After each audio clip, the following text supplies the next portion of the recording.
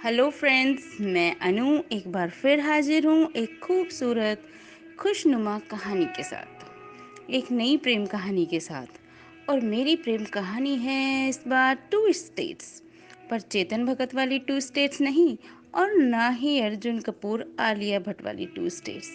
ये कहानी तो है टू स्टेट्स की, पर ये कहानी है हमारे आसपास की।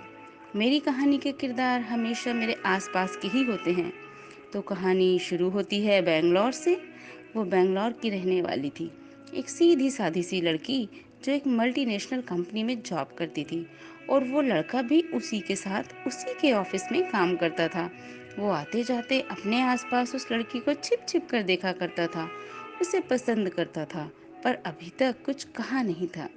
फिर एक दिन उसने हिम्मत करके उस लड़की से पूछा, आज मेरे साथ कैंटीन में चाय पियोगी? उसने सोचा, मैं तो इसे अच्छी तरह जानती भी नहीं, देखा तो है ऑफिस में। उसने बिजी होने का बहाना किया और नहीं गई। पर अब वो लड़की भी उस लड़के को नोटिस करने लगी थी, जो उसे इधर उधर से देखता रहता था। एक दिन फिर वो आया और लड़की से बोला, आज फ्री हो तो साथ में चाय पिए? उस लड़की ने सोचा, क्या मना करूं, ठीक है, शाम को कैफेटेरिया में मिलते हैं। वो लड़का शाम होने का बेचैनी से इंतज़ार करने लगा। वो शाम को कैफेटेरिया में बैठा उसका इंतज़ार कर रहा था। तभी वो आई, पर ये क्या अपनी 5-6 सहेलियों के साथ।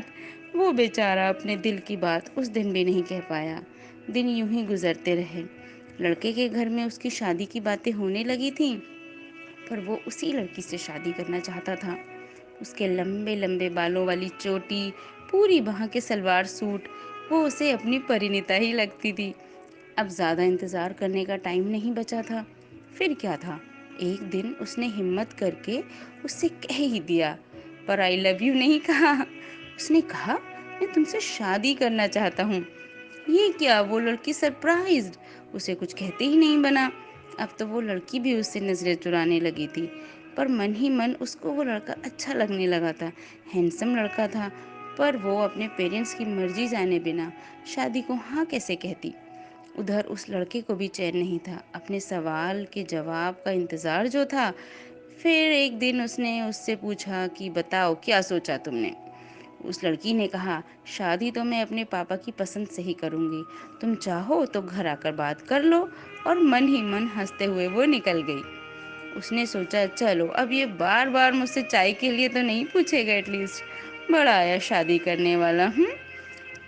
फिर एक दिन यूं ही वो लड़की घर पर थी, तभी अचानक डोरबेल बजी। छोटी, देखना दरवाजे पर कौन है? उसने अपनी बहन को कहा। उसकी बहन ने कहा, एक हैंडसम सा लड़का है दीदी।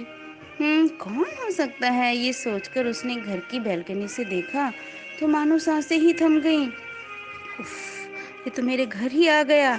ये कर क्या रहा है यहाँ? वो नीचे आई। तुम यहाँ क्यों आए हो? उस लड़के ने कहा, मैं तुम्हारे पापा से मिलने आया हूँ। तुमने ही तो कहा था कि तुम शादी अपने पापा की पसंद से करोगी। फिर क्या था, उस लड़के ने उसके पापा से बात की। उन्हें वो लड़का अच्छा लगा, गुड लुकिंग, अच्छी जॉब, सब कुछ अच्छा था। पर वो लड़का राजस्थान से था, उसकी फैमिली बेंगलोर में रहती थी। लड़की के पापा सोच में पड़ गए। लड़की साउथ से और लड़का नॉर्थ से, बहुत कुछ अलग है। पर उस लड़के का प्यार, उसकी हिम्मत देखकर वो बहुत इम्प्रेस हुए, और वो लड़की भी। इनफैक्ट लड़की के पापा ने हाँ कर दी। दोनों के परिवार आपस में मिले और आपसी सहमति से शादी की डेट 13 फरवरी फिक्स भी हो गई। फिर तो दोनों के ही मन में एक दूसरे को जानने की और मिलने की उत्सुकता बढ़ गई थी। एक दिन वो आया अपनी पल्सर बाइक पर, उसे अपना घर दिखाना चाहता था। वो धड़कते दिल के साथ उसके साथ बैठी। तभी हल्की हल्की बूंदें पड़ने लगी, मानो आसमान भी खुशी के मोती बरसाने लगा था इन दो दिलों के मिलने पर। वैसे तो मैं इन दोनों की शादी में नहीं जा सकी थी, पर हाँ, इन दोनों के घर अब मैं अक्सर जाती रहती हूँ। ये टू स्टेट्स अब यूनाइटेड स्टेट्स आ चुके हैं। 3 प्यारे प्यारे बच्चे हैं इनके, और मैं जब भी जाती हूँ, भाई मुझे तो राजस्थान का दाल बाटी चूरमा भी मिलता है और बेंगलोर का इडली डोसा भी। मैं बात कर रही हूँ मेरे प्यारे दोस्त आराधना और हिमांशु की। उनकी 10th वेडिंग एनिवर्सरी का स्पेशल गिफ्ट मेरी तरफ से। Happy anniversary Aradhana, Himanshu, I love you. और अब चलते चलते मेरे लिखे कुछ शब्द। हर लम्हा है सूना मेरा, हर लम्हा है सूना मेरा, गर तू जो साथ नहीं। ख्वाब भी फीके दिखते हैं गर तेरे प्यार का रंग नहीं। ख्वाब भी फीके दिखते हैं गर तेरे प्यार का रंग नहीं। लड़खड़ा जाते हैं कदम मेरे, लड़खड़ा जाते हैं कदम मेरे, एक कदम भी दूभर लगता है गर जीवन की तपती राह में एक साथी तेरा साथ नहीं। इसी के साथ मैं चलती हूँ। Bye bye, have a good day.